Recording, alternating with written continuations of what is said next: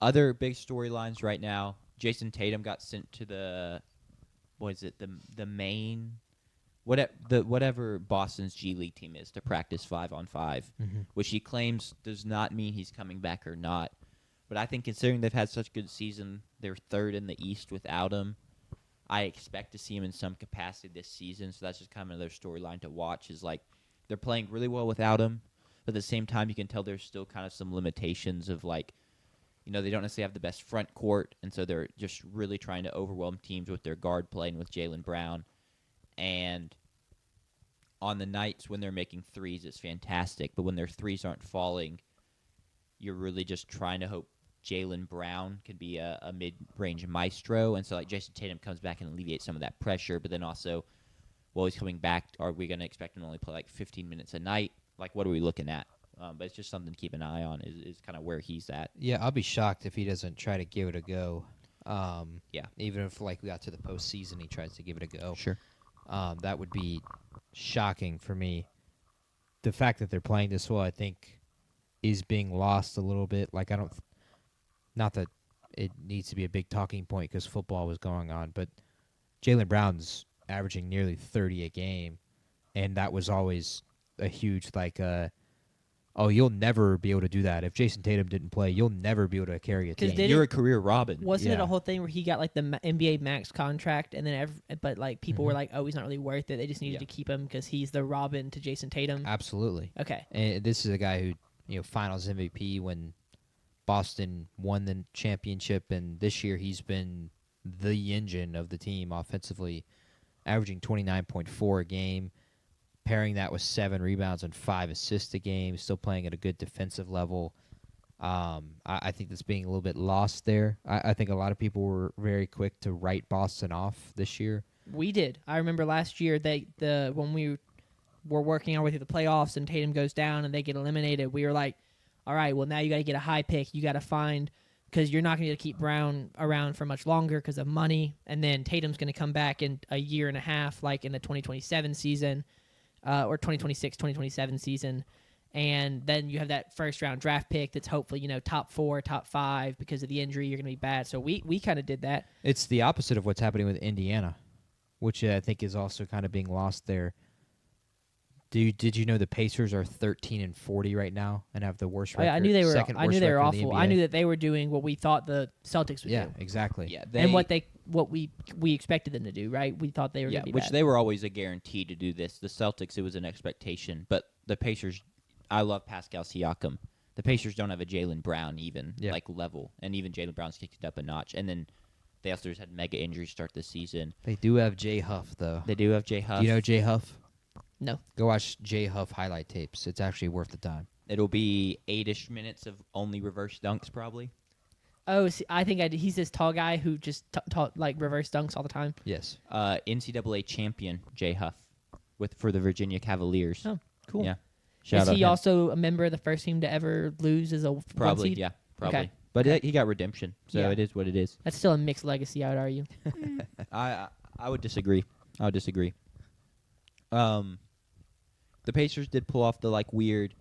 They're in this bridge year, but they went and traded for a center, Ivica Zubac, who was third All NBA third team last year. Mm-hmm. So they get him, and then ideally, so then you're pairing Halliburton, him, and then they traded their 2026 first round pick to the Clippers, but it's 1-4 protected, and then 10-30 protected, but that's a little more relevant. So they're basically hoping to be really bad, pair Halliburton, Zubac, and then ideally Darren Peterson or AJ DeBonsa or Cam Boozer together and have this legit big 3 going forward in the East. Really cool gamble. I love Zubac. Yeah. I think he fits well with Halliburton. I mean, realistically, I think any center that's any good works well with a fantastic facilitating point guard. But that with kind of the wings they have there, the other guards they have there, hopefully a high draft pick, they become a really big contender down the line. Even though this year they're a non-player. Yeah, and then so about that, you're talking about Halliburton. I watched a lot of the NBA playoff last year just because we were doing the podcast. We talked about it a lot, and he was incredible.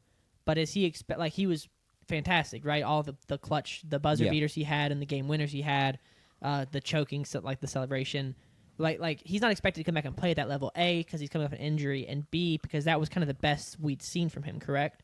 Because like when you talk about best players in the NBA, it's Giannis, it's Luka, it's Jokic. Like, does Halliburton? I'm not saying I don't think. Does Halliburton belong in the top 10? Would y'all say Halliburton's in the top 10? Because I feel like I don't hear him in those conversations. He has a fringe top 10 case, which, to be fair, like you're saying, a lot of it is predicated on his postseason run. And you can't really expect him to hit all those clutch shots again. But realistically, his postseason run was kind of classic Halliburton of, like, more of a facilitator, does have these big games where he scores 30-plus. But, I mean, even if you go back and look at the stats, like, some of the games where he hit huge clutch shots, he actually wasn't very good in. Like, he wasn't crazy efficient. He didn't, like, he didn't have 38 points and hit a buzzer beater to give him 41 points. He had 18 points, hit a buzzer beater to give him 21. Pretty sure he had 3 games that postseason was single-digit points. Yeah. I think he had one in every series. Yeah. And we talked about, like, was this the game that he's due in the final Correct. series? So I don't honestly think it was anything realistically game to game that, like, he can't redo minus maybe the clutch shots that, made that postseason run go to, like, legend status. But if he doesn't have the clutch shots, is he top 10? I mean, it's hard to see how it shakes out next year with other people around the fringe. I think he has a fringe case, but then it's like you're looking at guys like, okay, is he better than Jalen Brunson? Is he better than Donovan Mitchell? Like, but then once postseason success really does matter so much, he's the only one of those players to make it to the finals that I just mentioned. Like, how much weight you put in that? Hopefully, as long as he's fringe top 10, you have Zubats, you have a top 4 pick, like they're ready to roll. It doesn't really matter that much. The East is a little weaker. And to the question of him, like, returning to the way he was playing, I think it's likely. I think it's going to be a given, the way he's competitively driven. Yeah. With the fact that they're not going to play him this year. So he'll fully get healthy next year, and that's almost a direct comparison to what Kevin Durant did. Yeah.